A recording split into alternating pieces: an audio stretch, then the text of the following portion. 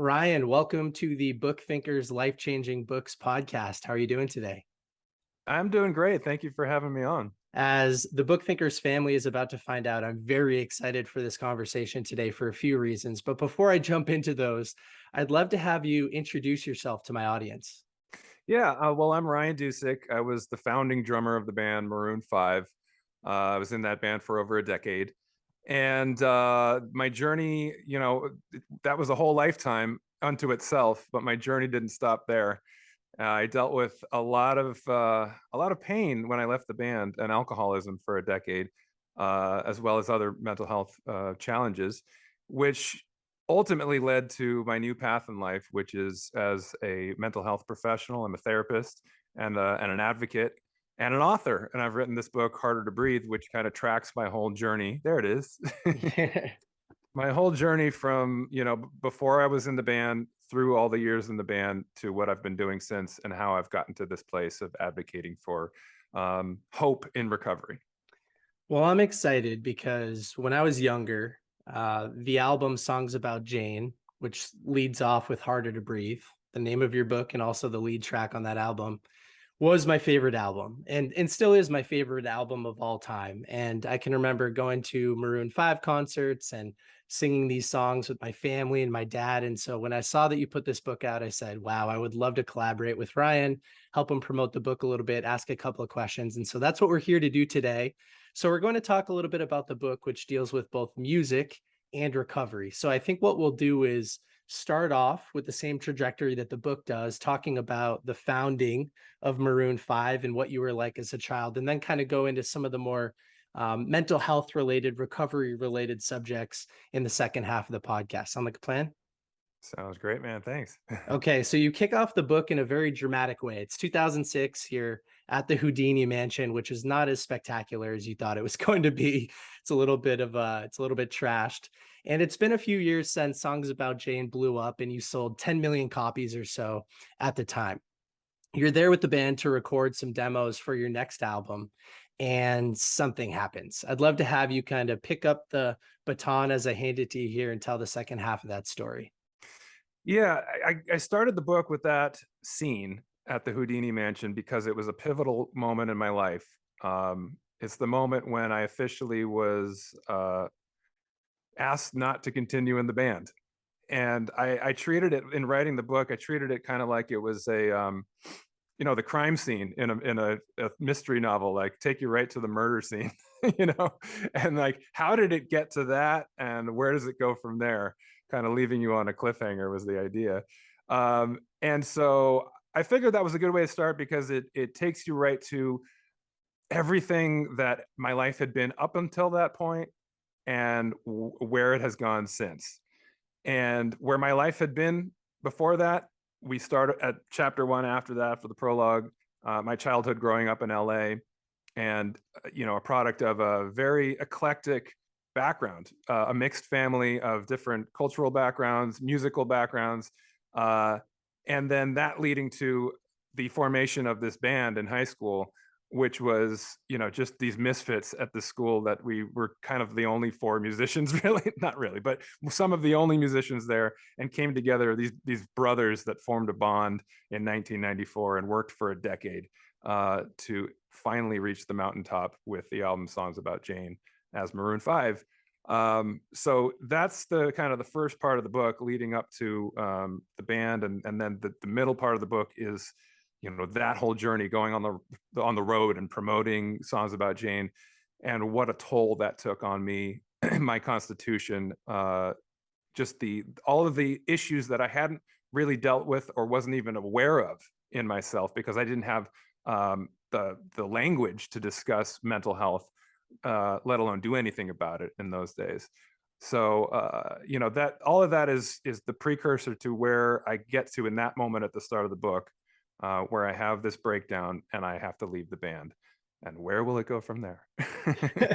Well, as a reader of many books, as you could probably see behind me, I read a lot of introductions, and I thought yours was amazing. I was given a tip one time in regards to writing, which said oftentimes you want to create and build up for a scene, But really, what the reader wants is you kind of open your eyes, you have the blood flowing from your nose, the bully's on top of you with the fist, and that's where you start. You have to start there, and it creates that sort of anticipation. It speeds up the book a little bit, and so I'm happy you did it that way. Um, Obviously, it was a very tough time for you, and it led to some things that we'll talk about in a couple of minutes. But can you paint that picture for us a little bit? I'm sure some of the readers are going to want to understand what that's like with other members of the band sitting around that table and you're being asked to leave. Yeah, it was a really devastating, painful moment in my life that I couldn't have anticipated a few years earlier.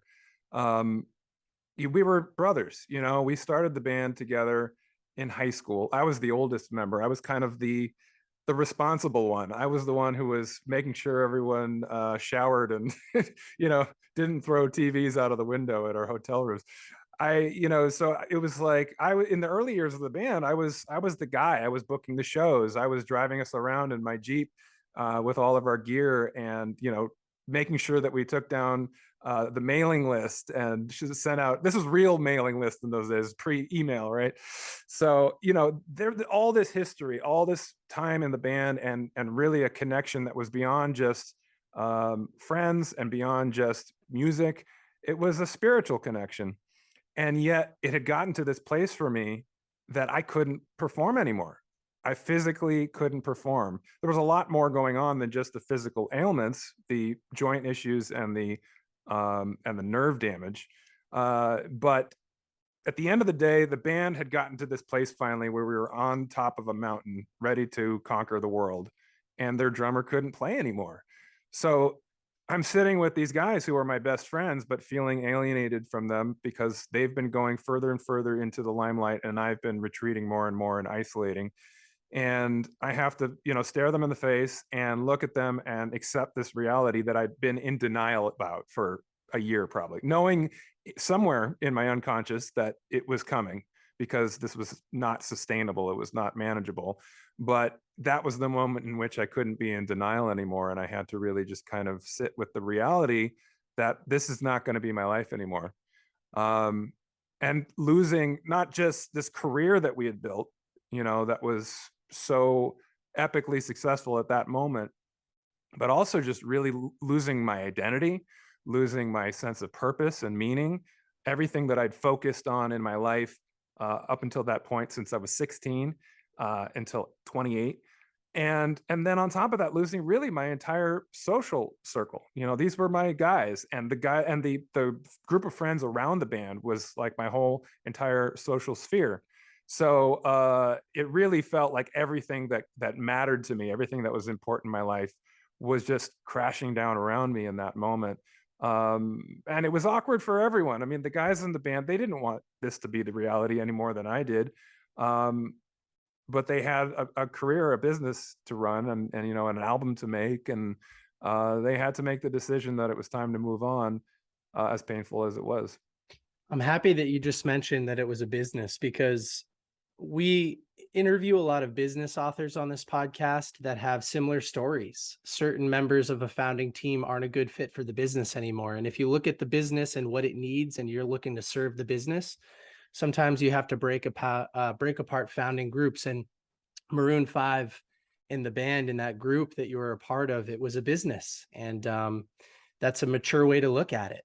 And I think what's important to highlight here from this segment of the story and how you kick off the book is this is a story of resilience and recovery. And people can read this and draw inspiration from it and apply it to whatever battles they're facing. We all have some version of what happened at the Houdini mansion in our own lives. So yeah, I'm happy that you wrote it that way. It's inspirational. Now let's go into your childhood a little bit. That's how you transition into the book at the next part.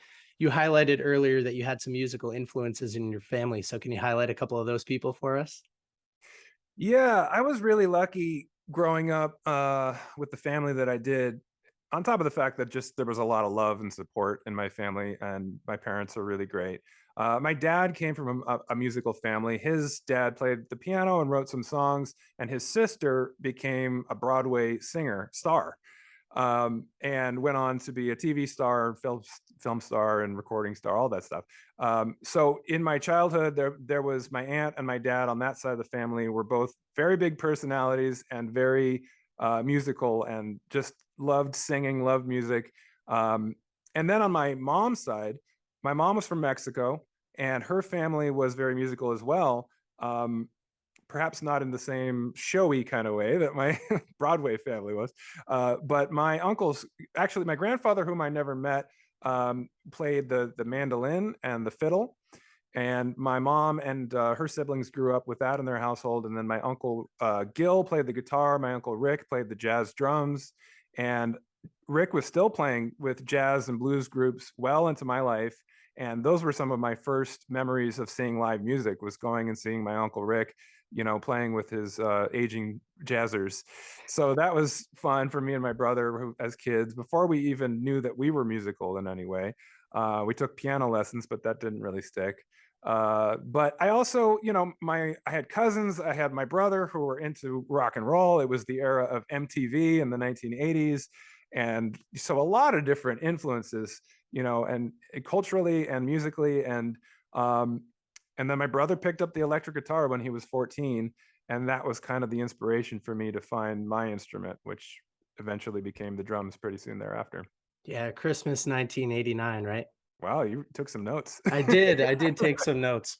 So what I find interesting about memoirs like this, as compared to a lot of the books that I review, which are traditional business nonfiction types like leadership and stuff like that, is that a book like this reads like a movie. I mean, I can see it happening, especially in the way that you've written it. And so something that stuck out to me, and I just figured you could tell two quick stories, were the only in LA memories from this point in your childhood, because those are pretty spectacular stories. Not a lot of people have those. Yeah, it's funny growing up in LA. You have those moments, especially where I grew up, because I was kind of like right on the border between Hollywood. And when I say Hollywood, in those days, it was pretty grungy. I don't mean like the Hollywood you imagine in movies. Just like the decaying part of LA, and then Beverly Hills was on the other side of the border where we lived, with the most affluent uh, kids that were going to private school, and children of celebrities. And so I had a little bit of a juxtaposition between those two things, going to a public elementary school where we were middle class kids, relatively humble, and then playing soccer and baseball with these children of affluence. Two of them were on one team, um, Neil Diamond's son and James Caan's son, two very big celebrities. Neil Diamond, of course, massive singer star, and Jimmy Caan being, from The Godfather, Sonny Corleone, so very cool guys to meet. I never got to talk to Neil a whole lot, because he was, so famous that he would come to the games and he would just have his hat down low, scruffy. He'd pop his collar and just kind of sit up in the corner of the stands, because he didn't want to get recognized, because he'd get mobbed. That's how famous he was. And so no one really heard anything from Neil Diamond for 2 years that his son was on my team, until the championship game when I was 12. It was a very tense game, very close game. I was pitching, and we were like within a run, maybe up by a run in the last couple innings. And it was very quiet and very tense. And all of a sudden, he comes down to the front of the stands. He pulls like his hoodie off and his sunglasses, and he starts like, he's like a cheerleader now. He's like, "Let's go Orioles! Let's go Orioles!" And everyone was just like, "What is going on right now? Is that Oh Neil?" man. And he was like a little kid, just so excited, for his son's team to be in the championship. And that was just a surreal one of those only in LA moments. And the other one with Jimmy Caan, he was a very exuberant personality. He wanted to be involved all the time. He was trying to play catch with the kids and be an assistant coach, and my dad was the coach. And but he had just gotten into a motorcycle accident, and he had a pin in his shoulder, and it was always in a sling. But that didn't stop him, because he wanted to participate so badly that he would come and he'd take his sling off and he'd play catch with the kids, and then he'd be like, "Oh man." And so it was kind of funny. He actually taught me how to throw a curveball. I had never thrown a curveball before, and the way that he taught me was actually very effective for me. um, but so that whole year goes by, and towards the end of that season, Jimmy Kahn rolls up onto La Cienega Park right by my house on like a Harley Davidson or some big motorcycle. He's got a Playboy playmate on the back with him, his current girlfriend, and she walks up and she's showing off her new necklace. It's the pin from his shoulder on a gold chain or a silver chain or whatever it was. So I thought that was a pretty baller move. I was I 12 think or I think any 12-year-old boy would. Yeah, yeah. when I was reading that, I was just imagining you kind of sitting there like, what in the world is happening? Especially juxtaposing like the area that you grew up in versus the kids and the families that you were playing sports with. I mean, it's a cool part of your history, and reading about how important baseball was for you and how great you were at baseball was really interesting as well. And then but kind of back to the Christmas 89, you're gifted a drum set because your brother's playing in a band and you look at the drummer and you say, I could do that. And so you then go on the next page to say that drums represented freedom for you. So how fast did that happen? I mean, were you in there on day one playing every single day? What was that like? Oh yeah. I mean, the way my dad tells the story, I said to him in begging for this drum set, I said, the way that the guitar was in my older brother Josh, the way that it was in him waiting to come out, the drums are in me just waiting to come out. And he was like, how can I say no to that? So I get this drum set. I'm 12 years old. And from that day forth, it was like I'd come home from school. I could not wait to get home from school, to go into our garage and just start beating the hell out of those drums. And I didn't know what I was doing, but it was I didn't have a release like that before. It was very cathartic. Hmm. When you're entering adolescence, there's a lot of angst that you haven't even begun to understand, let alone process. And granted, I mean, baseball was definitely my outlet up until that point. Pitching, was definitely my thing. But this was creative and expressive and physical, and it was just kind of I was emulating my heroes, the people I'd watched on MTV, um, and thought they were cool.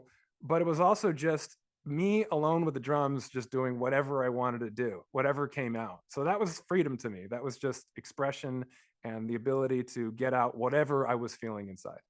What did your parents think of the drums inside the house all the time? Well, lucky enough, we had a garage, a converted garage that was separate from the house. We had neighbors that complained a lot. Actually, only one neighbor that complained a lot, to be honest. Everyone else was pretty cool. There was one guy that was kind of a dick, but But I'm sure nowadays he says, "Hey, that annoying group of kids that played in the garage all the time ended up being Maroon 5 or at I least the hope so. founding drum." Yeah. And then you go on to talk about the 7-Eleven story. So I thought this was pretty funny. It's probably one of those moments that people ask you about a lot on podcasts, but it's so entertaining and probably iconic now that I'd like to have you share that story. Actually, nobody has asked me about that Oh, story. So. wow. Perfect. Well, Adam Levine and I were acquaintances as kids. I mean, family friends through another family friend. We knew each other at these events, birthday parties. We had taken a little trip with a couple families down to La Jolla one weekend. And to me, he's Adam's a year and a half younger than me. He was 2 grades younger than me. And when you're 12 years old, a 10-year-old is like a child to you, and you think you're so Yes. grown up. So he seemed like just an annoying little brother to me at the time. He was very rambunctious too. He was kind of a hyperactive kid, and so. But we started this band when we've just started playing instruments. I had just started playing the drums. He had just started playing guitar, and we had a mutual friend, Adam Salzman. He was the connection, their family, the Salzmans, um, who was actually a pretty good guitarist by that point, and he was singing a bit, and he kind of put the whole thing together. We had like 3 or 4 rehearsals in my family garage, um, and we were terrible. It didn't really go anywhere. We didn't book a show or anything like that, but it was fun. But one of those first rehearsals, and with Adam Salzman, Adam Levine, and this other kid, Jesse Nisita, we took a break one day and we all walked to the 7-Eleven down on the corner of Olympic Boulevard and La Cienega. And And Adam did that thing when we came in. We wanted big gulps, of course, right? We grabbed the big, 32 ounce or whatever it is, and Adam goes immediately to start, putting a little bit of each soda in his big gulp, a little Sprite, a little Dr. Pepper, a little Diet Pepsi. It was like, and I was just watching him, and I was like, oh yeah, I used to do that. And he he turns to me and he says, my friend showed me this. This is the way you have to drink soda. This is so cool. And apparently I said, yeah, I used to do that when I was young and immature. And Adam was like very deflated, and he poured out his big gulp. He tells this story to this day. He's like, Adam made me feel, I mean, Ryan made me feel like this small. And I don't remember it like that. I don't doubt that it's true if he remembers it that way. Um, because like I said, I was 12 years old, just entering adolescence and wanting to probably assert some dominance over these younger kids or pretend like I was the grown up one and I was very mature. But it's kind of funny to think about, 10-year-old Adam Levine. Yeah, no, I mean, it is funny to think about, getting embarrassed and pouring out the soda, and then, you know, now what exists out in the world is just so very different. And then, in the book you kind of skip ahead a little bit and you talk about Adam and his squad sort of begging you to join their band once you were all in high school. And you end up forming what becomes Kara's Flowers. Is that right? Yeah, Kara's Flowers. Kara's Flowers. Yeah, Okay. that's Kara's Flowers. very common mispronunciation, and part of the reason why we ended up changing the name, because it was actually named after someone, a friend of ours named Kara. Um, but no one would understand us when we would say the name Kara's Flowers on stage. We would say, we're Kara's Flowers. And afterwards, they'd be like, did you say Cars and Flowers or Carson Flowers? And then when people see it written down, they always say Kara's Flowers. So, Yeah, and that's what happened to me. I know you have an audiobook coming, so if I had listened to it, I'm sure I would have had the pronunciation right. yeah, yeah. Well, I had been playing in the school band at Brentwood High School. And like I said, with my older brother who had his own band and he was playing in the school pep band, really accomplished guitar player. And the guys that he was playing with were, guys who'd been playing for a few years and really quite skilled musicians. And so I was, playing above my pay grade coming up, and it made me a lot better playing with these older guys. But all of a sudden, as most of those guys had gone off to college, including Josh, I was in 11th grade and had like no musicians my age to play with, and wanting to start a new band of my own. And then I realized Adam Levine, who I'd known when we were kids, but I hadn't seen in a couple of years, was a freshman now at Brentwood. And I heard him sing one day, and I was like, okay, I didn't realize he could sing like that when I knew him as a kid. And immediately I thought, that's the hardest thing to find in any band, is a good singer, right? There are a lot of guitarists and a lot of drummers and bass players and whatever, but finding a good singer is really hard to do. And that's the difference between, every other band and a good band. So I wanted to start a band with Adam. I was like kind of being persistent with him, like, let's just, me and you, find a guitarist and a bass player, just a really sick trio, me and two other guys, and you can sing. And he was kind of like, I don't know. I have this band with my buddy Jesse, my best friend Jesse, and Mickey, my other best friend, and I can't start a band without them. And they had only been playing for like a few months, and they were not very accomplished yet. So I was hesitant to start a band with these guys, not knowing exactly how, what kind of musicians they were. But Jesse was very persistent in PE class. He would follow me around like a little puppy dog. And Jesse was just a very enthusiastic kid, very just like wide-eyed and bushy-tailed, and just like, we're so good, man. Like, Adam is a really good guitar player, and I'm getting really good, and Mickey's a good bass player, and you need to be in our band because you're the best drummer in school. And it's just like, I was like, yeah, all right, okay. It's like, maybe let's jam a little bit, let's see how it goes. And I was resistant, I was reluctant, because I wanted to play with some top-notch players. But then that all changed one day. We were in the orchestra room in school one day, and we were rehearsing for a pep rally that we were going to play at.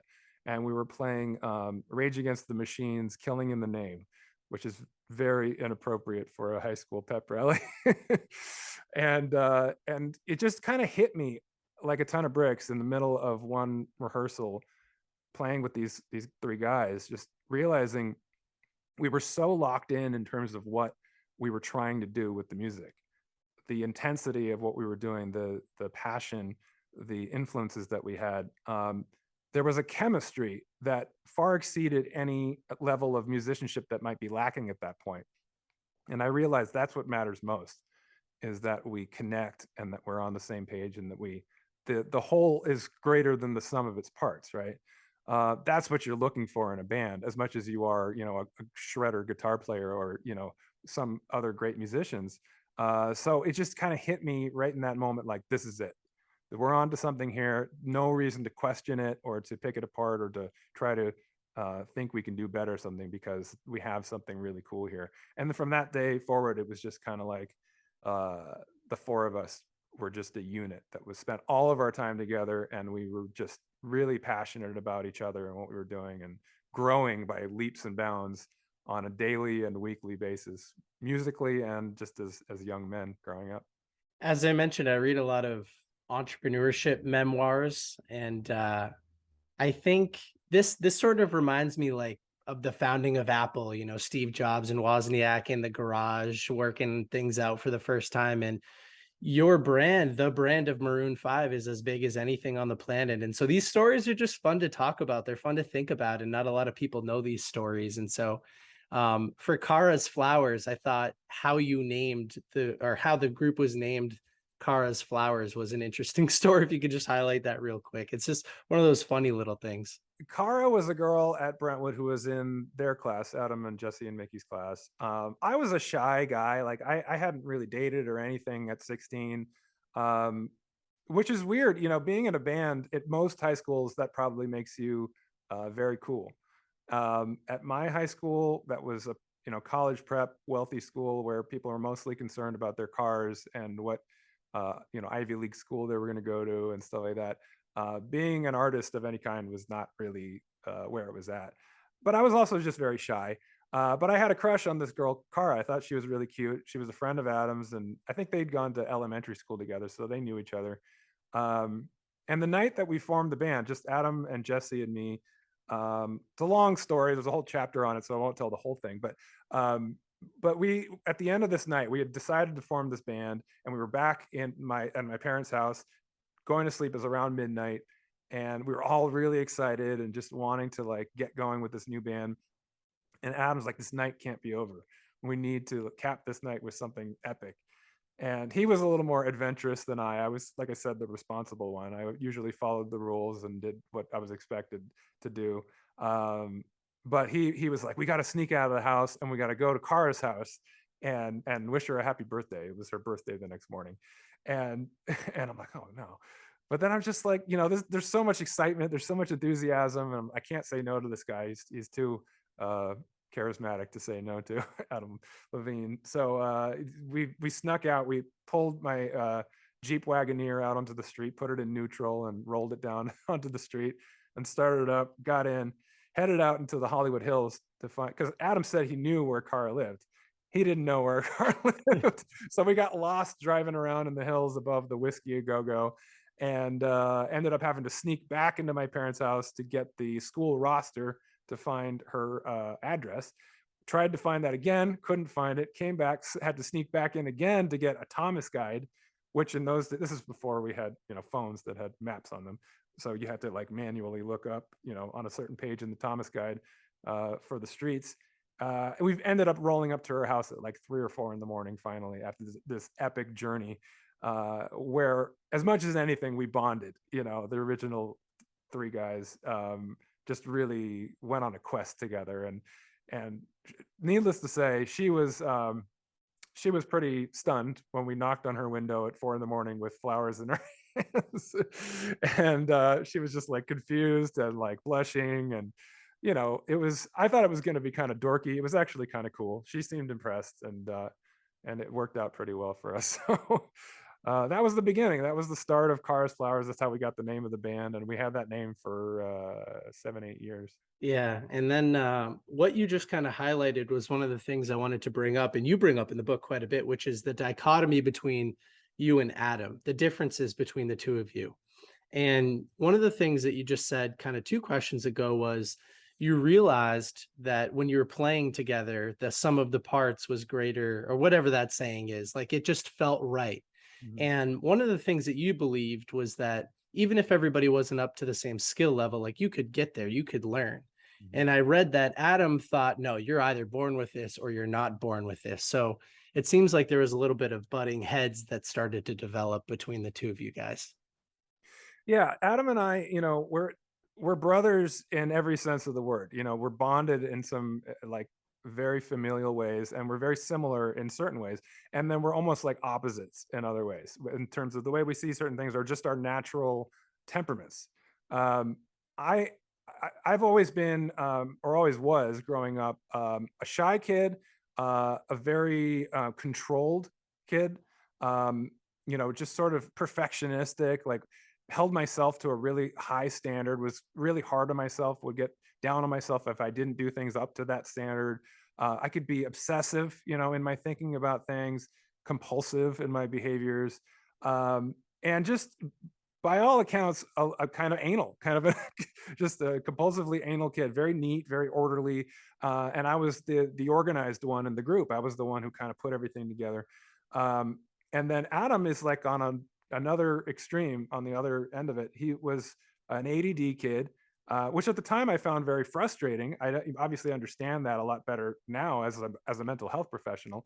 But he was scatterbrained, and it was hard to maintain his focus. He was very excitable and very distracted a lot. Like Mhm. we'd be talking about something passionately, and then something else would catch his attention, and he'd be gone, and be like, "Where'd you go?"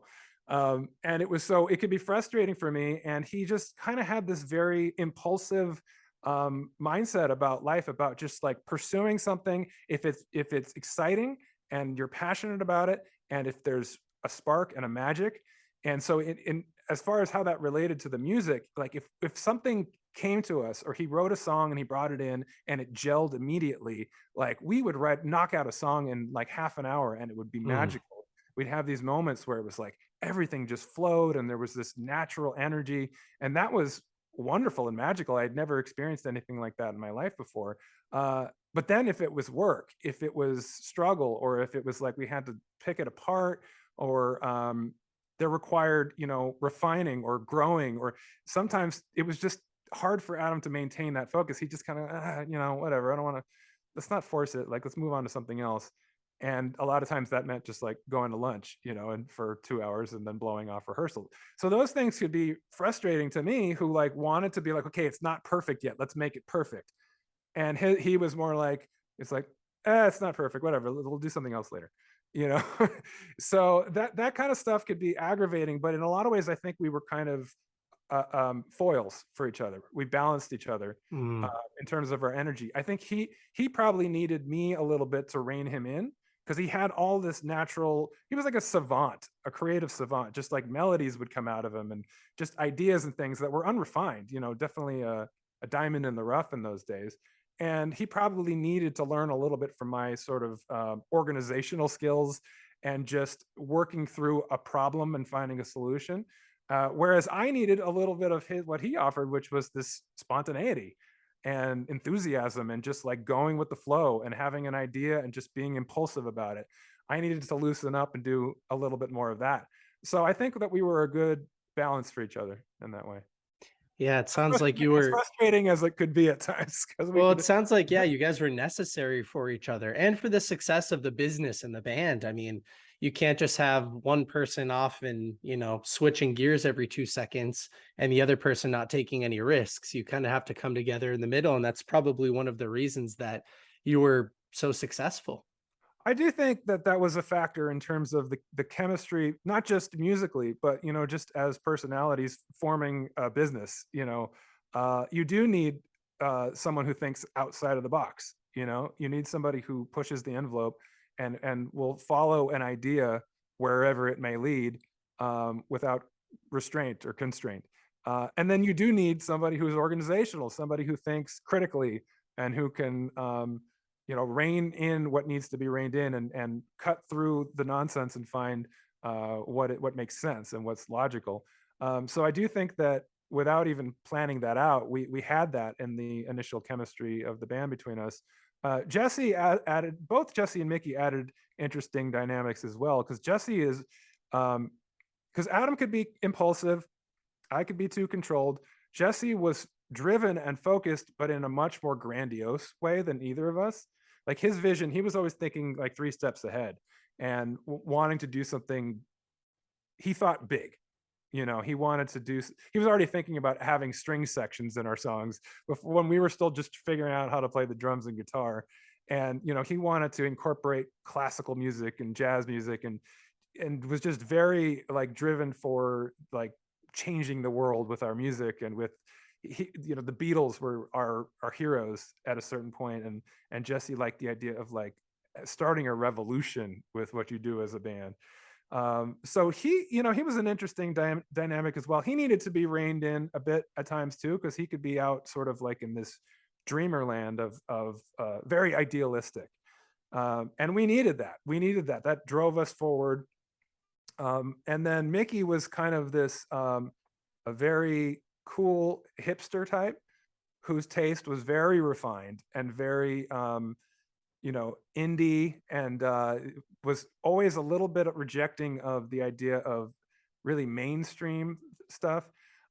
So he had this effect on us of whatever we were doing, we wanted to make sure that it was cool with Mickey, because if it was cool with Mickey, that meant it was cool, right? But we all balanced each other in a certain way. It's like Adam and Jesse needed a little bit of reining in, but they also needed a little bit of space to run.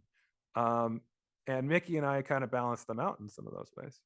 In a few minutes, when we transition to the second half of our conversation, I want to touch on a few other things first. I think we'll go back to this point and how writing a memoir can help you like see value in different people throughout your life in different ways and stuff. But we'll kind of skip ahead. I know you said in 1998, the band was in kind of a rough spot. You guys had started, I mean, you were taking it seriously for a few years now, but you were in this weird transition point. And there's something that Adam says in the foreword to your book that I wanted to read. He said, "We were 5 white kids in an LA rock band playing soulful R&B pop music." And so there's a point that you highlight in 1998 where you started to go from more like traditional rock, your original influences, to sexy music. So how did that happen? I mean, that's a big transition. Normally you're grouped into specific segments of music. Yeah, you don't see that happen all that often in that way. When you read the book and you look at how it evolved, it does make sense that it happened the way that it did, because we grew up with eclectic taste. We ended up in the 90s being this very 90s alternative rock band, but we had other influences before that. And some of those were like Michael Jackson and Prince. Growing up in the 80s, those were, ubiquitous artists. Those, I mean, you turned on MTV and they were on constantly. So, and I was a huge fan of Thriller. All of us were. I mean, that was like the definition of pop music as a child. But it was in the late 90s when we were going through an identity crisis, and we were all trying to find our own direction. I mean, we were young men. We had made this record in 97 that had failed. We were, I was 20 years old, 21 years old, or yeah, turned 21 in 98. And just figuring out who I was, let alone what the band was. And we were all listening to a lot of different kinds of music. Every month we had a different sound. We would write new songs, and some of them would be kind of folky, and then some of them would be like classic rock, and then some of them would be, all of a sudden there was this like little bit of an R&B soul tinge to some of the songs. And it was because Adam and I had both been listening to a lot of Stevie Wonder. That was kind of the turning point. And Mm. it was weird. I think, I don't know if I turned him on to Stevie Wonder or if we both started listening to Stevie Wonder at the same time, but strangely enough, whereas everything we had been doing up until a certain point was this alternative rock, we both were listening to this classic soul.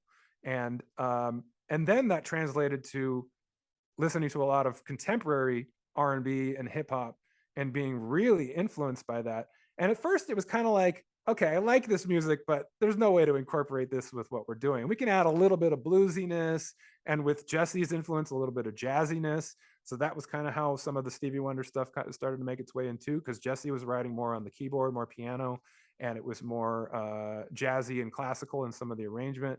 Um, but then there was one day in rehearsal when we were all talking about like our favorite hip hop and R&B tracks, tracks by Timbaland and the Neptunes, you know, Jay-Z and Busta Rhymes and Missy Elliott and stuff like that. And I think Jesse had the idea. He was like, why don't you just play a beat like that? You know, just do a real drum beat, like, but influenced by hip hop. And so I started playing this beat, the first thing that came to me that was influenced by a Timbaland beat. Jesse started playing something on the piano. First thing he played was the riff to Not Coming Home. Adam starts writing a melody, and within 20 minutes, we have the song Not Coming Home written. It was one of those magical moments where it just, and it was audacious for us at that point, because it was like we were bringing in influences that we had had for a long time, like Michael Jackson, uh, and then we were bringing in these very current influences at the time, in the late 90s, early 2000s, and we were just like looking at each other like, this is different. This is different than anything we've ever done, and different than anything we've ever heard, because you hadn't heard white guys in a band like us, a rock band, going this close to hip hop R&B without crossing over completely to using programmed drums and stuff like that, you know, and looping it and all that. So it was this intersection of two worlds that we knew was unique. And rather than be fearful of it, we were like, let's just lean into this. This is finally a sound that is unique to us, and it incorporates and embraces all of our influences. And so that was kind of like the turning point for us. It was like, oh, okay, I think we've got it now. I think we're on to something. And that was really the genesis of what became Maroon 5.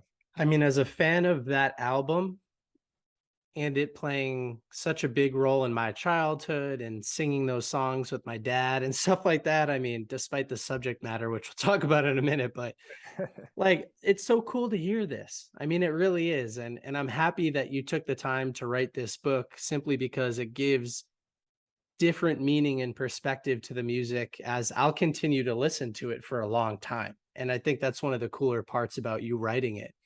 And so I have kind of a left field question. What advice would you have for people who don't want to deviate from what they're necessarily doing, but feel drawn to inspirations in other places? I mean, clearly you guys leaned into it and it blew up for you, but I'm sure it was not, I'm sure it was a little scary and a little strange to deviate from what you had been doing for so long. Well, I do think that trying to stick to something that is comfortable, um, is a recipe for mediocrity. And I say that, kindly, because as a mental health professional now, I understand that um, we grow in discomfort, right? If we always avoid the things that make us uncomfortable, um, we stay exactly where we are. We stay stagnant, right? It's in the discomfort that we learn, and that we find new ways of being and discover ourselves, discover new versions of ourselves. As it applies to creativity and artistry, music or otherwise, I do think you need to always be moving forward.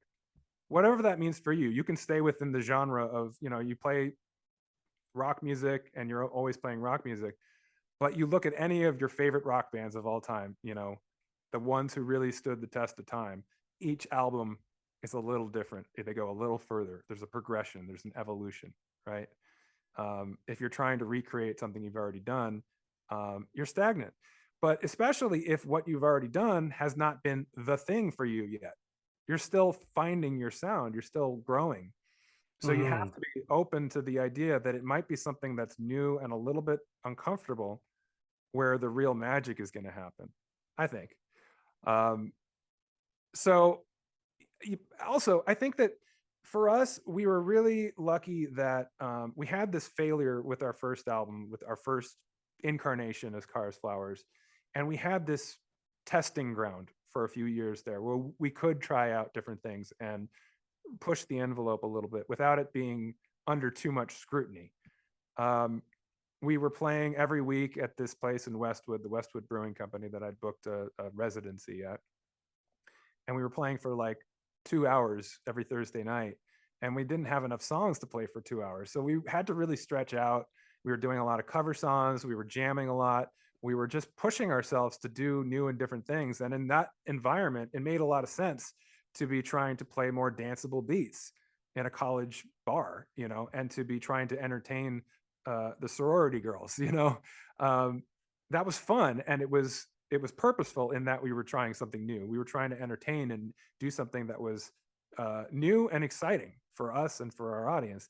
So we had the benefit of that to kind of try out things and test things. I think that as an artist, you've got shows and you're making demos, whatever. If you're not comfortable going on stage and doing something totally new and foreign to you, um, there are other avenues to do that, right? You can do it without necessarily I mean, there's no reason why you can't at one rehearsal just break out and do something totally opposite from what you've always done, or write a new song and just like, I'm going to try to write an opera today, and just something that's totally out of left field for you. That's where you grow. It might not be the thing, it might be an experiment that leads to nothing, but even if so, even if it falls flat, you're going to learn something from that process, much more than trying to write the same song you've written 20 times before. Yeah, and it sounds like for anybody listening today, mixing things up in whatever profession you work in or whatever hobbies you play around in, there are benefits to doing that because you do grow in your discomfort. So that's a cool way of putting it. I'm happy that I asked the question. And I kind of want to skip ahead a little bit. I mean, you go in to talk about songs about Jane a little bit more, what it was like touring. I mean, just like most Maroon 5 fans that came to know about Maroon 5 because of songs about Jane. I didn't know that you guys toured for 2 years and did 500 shows promoting the album before it sort of took off. So that was fun to listen to, or fun to read and learn a little bit more about driving around in the small passenger van instead of the glamorous RVs and stuff. Um, you're doing an audiobook, right? So when will that be out? Yeah, I've done the majority of it. We're going to do the last sort of touch-ups, I think, next week. So hopefully by Christmas that'll be out. I don't know exactly the date, but it's coming soon.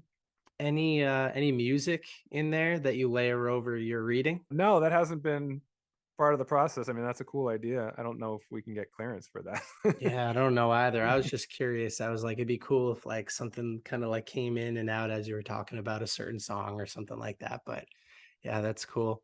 So, all right, we'll transition to sort of what happens after that moment that we kicked off the podcast with.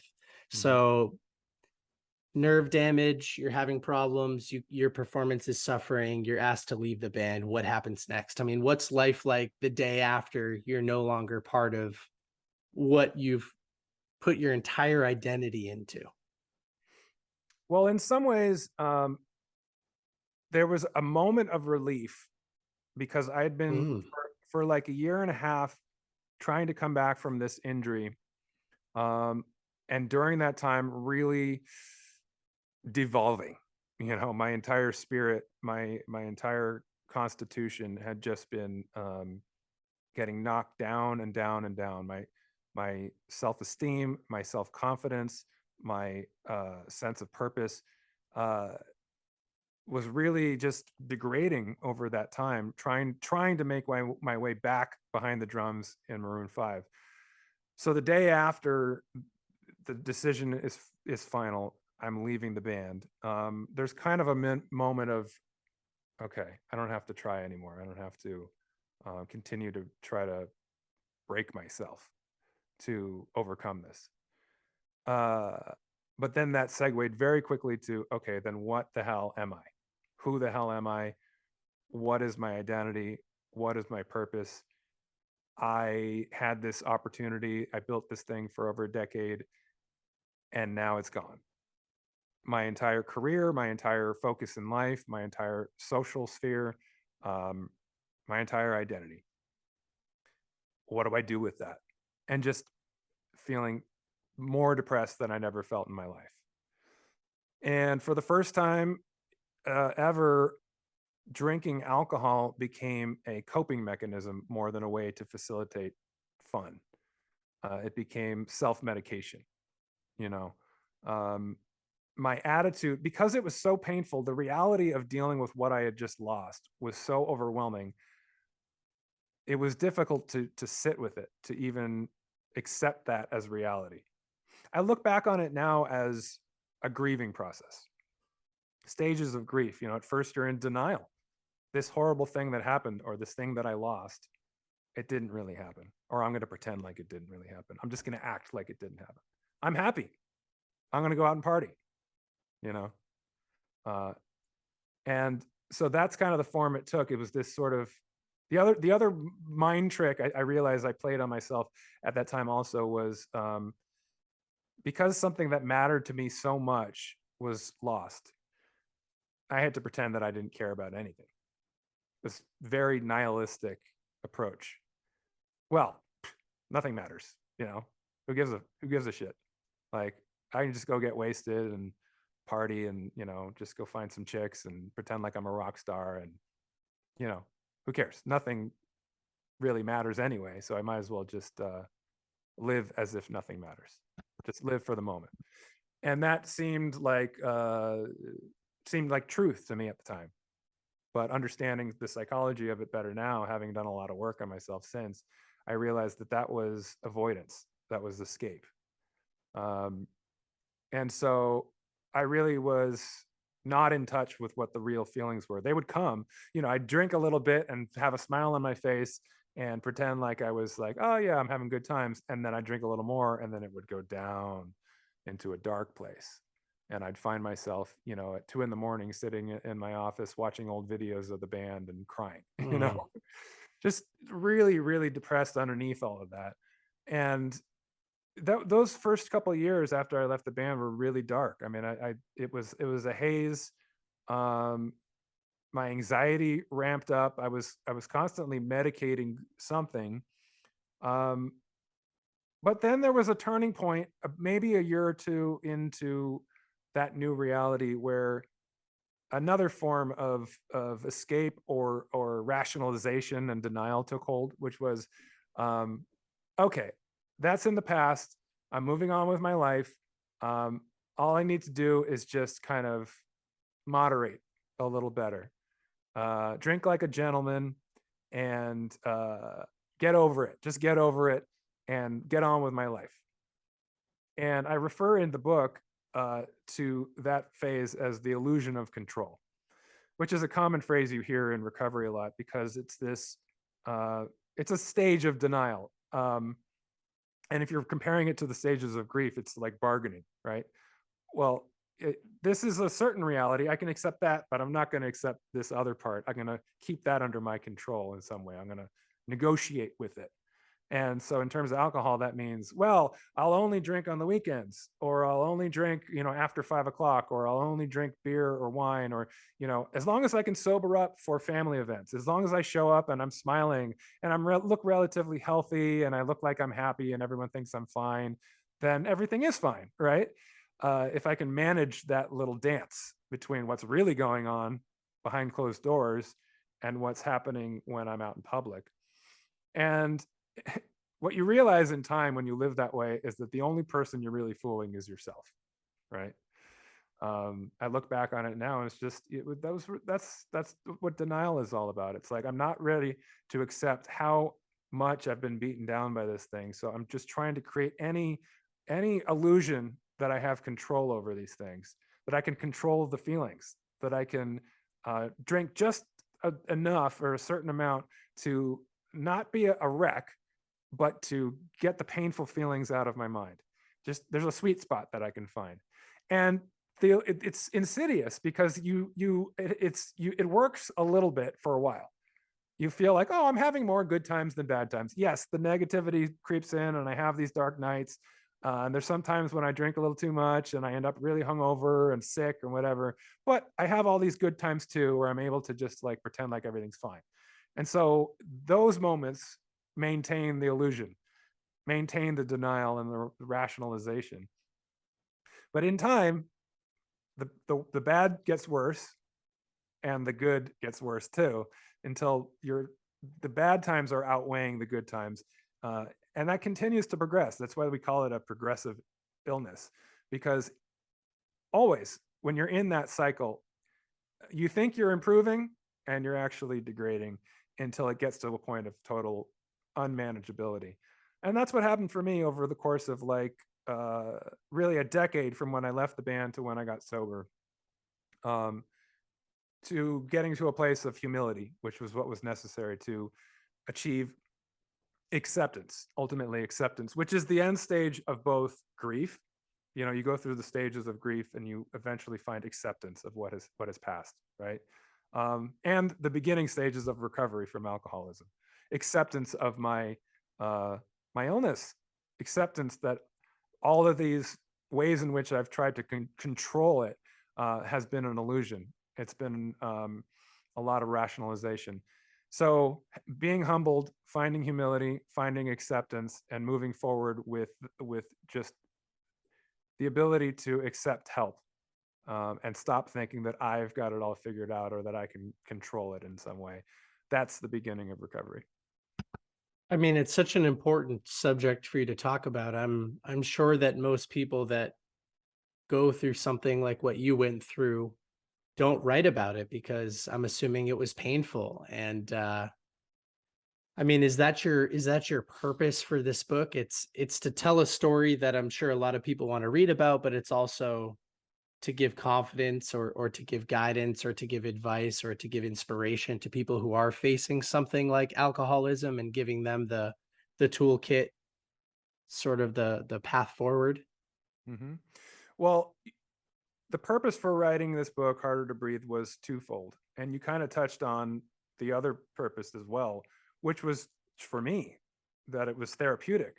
I had gone through a lot of therapy. I had done the 12 steps. I'd been volunteering at a recovery center and being of service. I was doing a lot of things that helped me find closure on that chapter in my life and reach a place of acceptance. Um, but the idea to write this book seemed like a whole other level of therapy for me, in terms of narrative therapy, rewriting the story of my life in a way that was going to be more useful for me moving forward. And the secondary purpose, which was other people can read this and they can learn from my journey, and I will be of service in that way, hopefully, offering hope in recovery, not just from alcoholism, but I tell the whole story. The reason why I start from my childhood is because I dealt with anxiety before I even had a word for that, before I even knew what anxiety was. Looking back, I understand it so much better now. And if I had, if somebody had been able to express their story to me in the way that I attempt to in this book, I might have learned some of those things or had better understanding to apply to my life moving forward, that would have helped me in that journey to reach where I got to sooner. So, that became the primary purpose of this book. I've been telling my story in meetings at the Recovery Center. I've been writing papers about it in grad school as I study clinical psychology.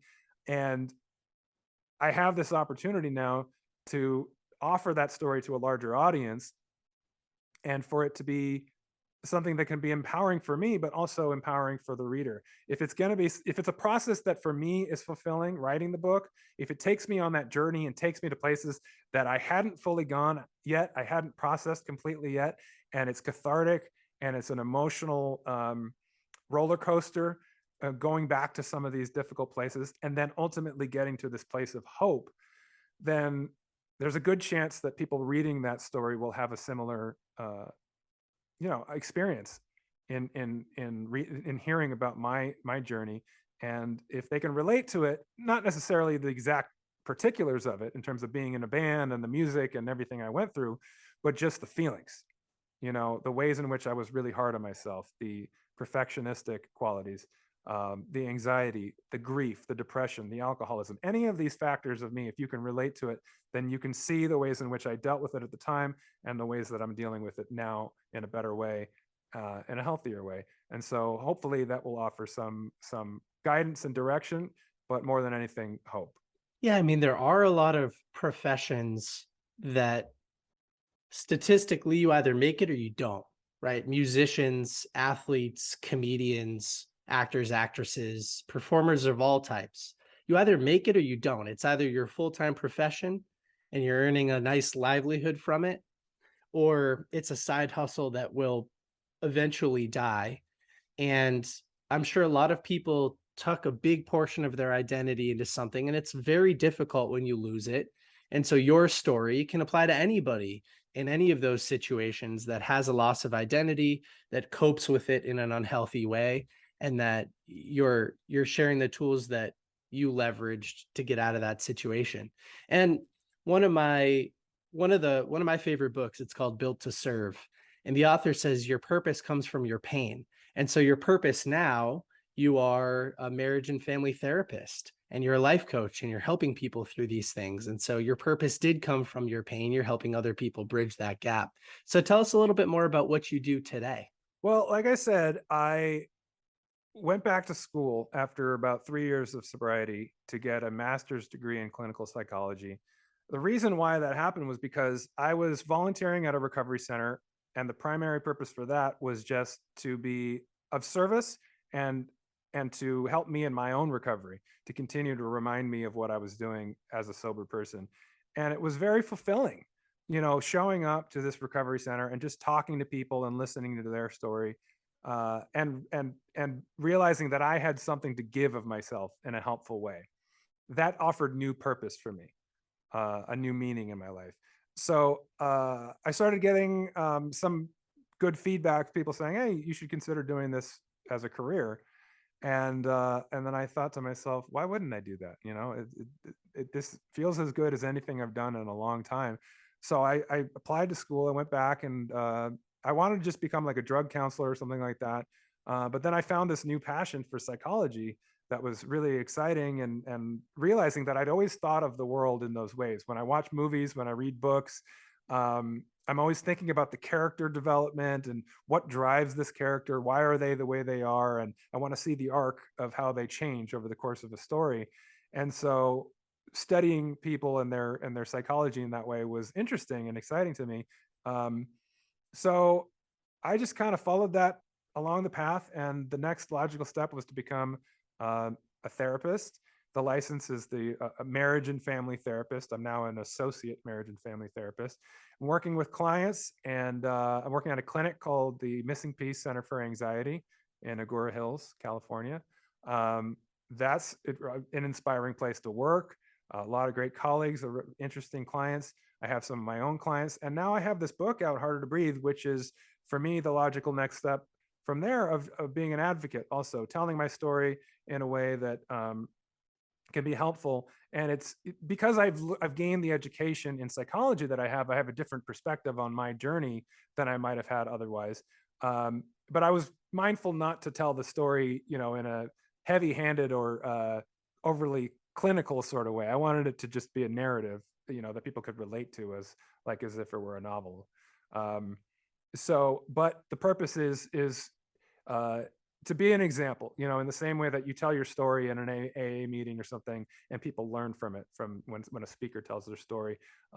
As a therapist, I think I probably am somebody who talks about myself more than other therapists, perhaps, because I feel like my life experience is as much, if not more, a part of my education as a therapist than what I learned in grad school. Mhm. I think that going back to school at this age, and taking everything that I learned in my own journey is what I have to offer as a therapist more than anything. It's having that real world experience with some of these things, and knowing that when my clients come into my office and they talk about their struggles, I can relate to it because I've been there. And if they understand that about me, then they're going to trust me more. So the book plays into that and what I'm doing, and I'm just kind of following every opportunity as it comes to be helpful to the people that I'm talking to. And how old are you now? 45. 45. So do you think you'll stay in this industry? Are you a therapist for the next 15 years? Is that what you plan on doing?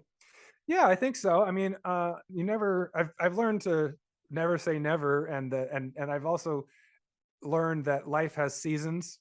I couldn't have predicted that I'd be doing what I'm doing now 10 years ago. uh, Sure. and and here I am, and it's inspiring, and it's exactly what I want to be doing right now. Is it exactly what I'm going to be doing when I'm 65? I don't know. It could be. I could have moved on to other things. I know I want to keep writing. I would love to write more books. I know that I want to keep speaking when I have opportunities to speak to people. And um, being a therapist is a great home base to do those things. Um, what that will look like exactly, I don't know. I might have an office in one part of town and I spend 90% of my time doing that, working there, or it could be a quarter of my time and I'm doing a lot of other things. So, but that's the wonderful thing about finding purpose and as we discussed earlier, the idea of like getting out of your comfort zone and doing something new. I'm at a point in my life now where something like that presents itself and I run towards it. It's a challenge. It's not like, "Ooh, I don't know if I want to step into that uncomfortable place." It makes me anxious. Now I see it as, well, there's an opportunity for growth. There's a challenge. There's something to overcome. There's something that might be rewarding in ways I can't even fathom right now. So who knows what will Yeah, well, come? you said alcoholism is progressive, meaning it will get worse as the momentum moves in that direction. And I think embracing discomfort is also progressive in that as the momentum moves in that direction, you'll just continue to embrace new things. And that's what happened with me. I mean, years ago, I found myself in a place where I was dealing with a lot of ego on one side of the spectrum at the expense of other people, and also a lot of anxiety at the other side of the spectrum. And so that was a confusing place to operate from. I read a couple of good books that helped me change my entire perspective. And I started to focus more on impact. And like I said, your purpose comes from your pain. So does yours. And that's kind of where you are now. You're in a place where it's fulfilling to be of service to other people. And so yeah, I think you should speak. I think you should share this story. I mean, you can, like you said, you can build a lot of trust with people because I mean, when you talk about fame and fortune, you were literally at the top of the mountain and lost it all. And that's a big drop. So you gained a lot of perspective as the result of that. And then it took you 10 years to get to the next phase. So hats off to you. I'm so happy that you wrote this book. And before we wrap up, um, two more things. One, what's a final message that you'd like to share with somebody? I mean, we talked a lot about what was in the book, but what's another message to anybody listening today that might be on the fence? Hey, should I read this? Should I not read this? What other types of value does the book provide? Well, I think the book is a balance. It's an entertaining story. I mean, you're going to enjoy it regardless of whether you're into Maroon 5 or you're into addiction recovery. Some of the messages and topics that are in the book. I wrote it in a way that it's a story that will keep you entertained. It will keep you engaged. There's a beginning, middle, and an end, and with plot points and all of that. So it's intended first and foremost to be something that people enjoy reading, but also it's something that I think you're going to relate to it, hopefully, regardless of, like I said, it's anything particular that is similar to your life. Whether you're a music person, or starting a business, or in school, or having gone through loss, there's so many different angles from which you can relate to what's in this book. And ultimately, it's hopefully going to leave you with a feeling of inspiration for whatever it is that you do and for your own life and your own happiness. And so my hope is that people that read this book will be entertained and inspired. And why wouldn't you want to read a book like that? Hey, I'm with you. It gets my stamp of approval. My last question, I called my dad this morning and I said, "Hey dad, you want to sit in on this?" Because he was a huge fan of Maroon 5 back in the day. Songs About Jane, absolutely the best album from Maroon 5. And he said, ask him what it was like meeting Bono. So that was my final question for you. Was it like meeting Bono? He's the biggest U2 fan on the planet. Meeting Bono was awesome. It was we were actually playing on the Top of the Pops at the BBC in London. And we pull in when you're recording, when you're filming Top of the Pops, it's a long day on set, which is weird because you're not lip syncing, but there's a track that you're playing to. So it doesn't even have to be that good a performance. You go up there and you just mime. But they have all day, like long hours of blocking and camera and sound and everything because they do it live in front of an audience at the end of the day. But anyway, so you're on set for a long day. We pull in early in the morning And we walk into our dressing room, and there's two doors right next to each other. It says Maroon 5 and U2. So cool. And this was like, 2003 or four. So we were just kind of like reaching the mountaintop. I think it was probably This Love was the big hit at the time.